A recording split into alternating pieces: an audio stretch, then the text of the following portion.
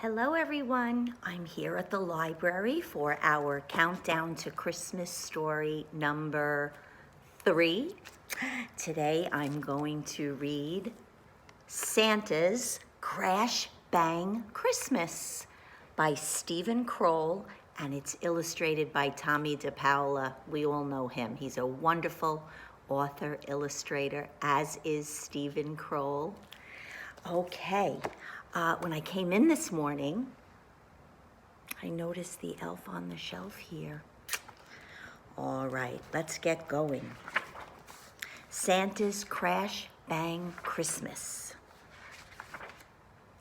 Santa landed his reindeer on the Sylvester's roof. He fell out of his sleigh and bumped his nose.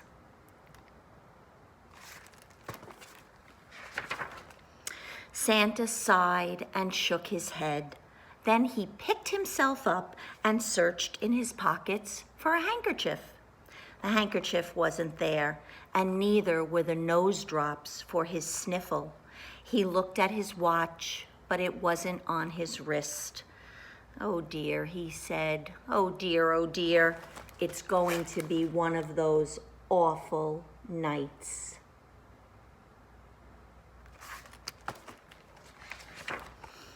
Then he tumbled down the chimney into a pile of ashes. Ugh.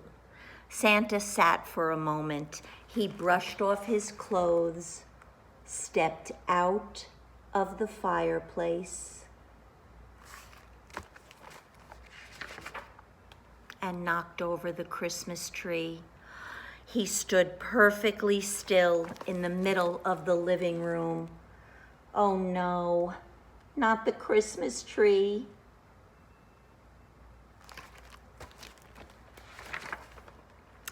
Then he sat down on the sofa and it collapsed. "Oh dear," said Santa. Oh dear. He struggled off the sofa, bumped into the chandelier, and it fell on his head. Santa rubbed his head. "How I wish I was home," he said.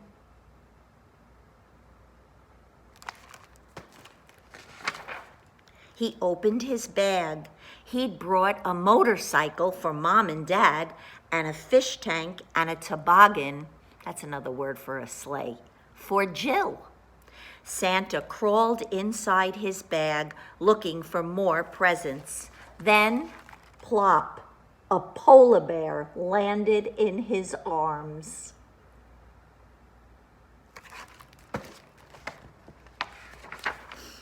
Santa stumbled back onto his feet and bumped into Gerald, the elf. "What are you doing here?" asked Santa. "Came for the ride," said Gerald. "Thought it would be fun, but it's not. It's too much work." "Well, the job has to be done," said Santa. "Now, what am I going to do with this polar bear? It's in here by mistake." "We'll take it along," said Gerald. "Shouldn't we be going now?" But just then, the polar bear took off across the living room. Oh my goodness. Santa hurried after it.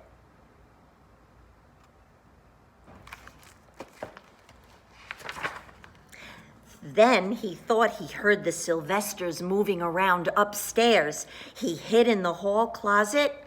The closet door fell off its hinges with a loud boom. Santa left the closet, knocked over the umbrella stand, and heard the polar bear running up the stairs.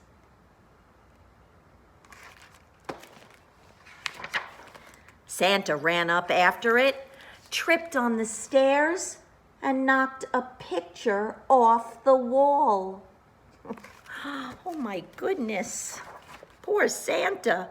Stumbled onto the landing, blundered into Mom and Dad's room, and saw the polar bear vanish out the window.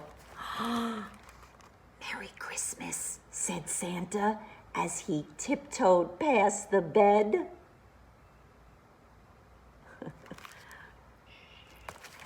Doesn't want to wake up Mom and Dad.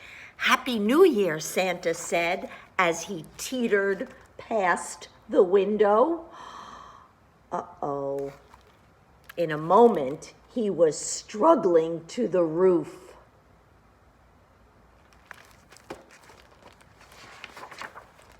In another moment, he had caught the polar bear and stuffed it in the sleigh. As he flew off into the night, Mom and Dad and Jill woke up, put on their bathrobes, and dashed down the stairs to see their presents. And do you notice how everything is put back the way it was? The Christmas tree, the couch. Oh my goodness. Santa's Crash Bang Christmas. You know what I love about that story? I don't think I've ever realized that Santa could run into a lot of trouble on Christmas Eve. So, this year, when you go to bed, whisper a little prayer that Santa gets through the night without any bumps on his head and knocking over Christmas trees. Okay, Merry Christmas, everyone. I'll see you tomorrow.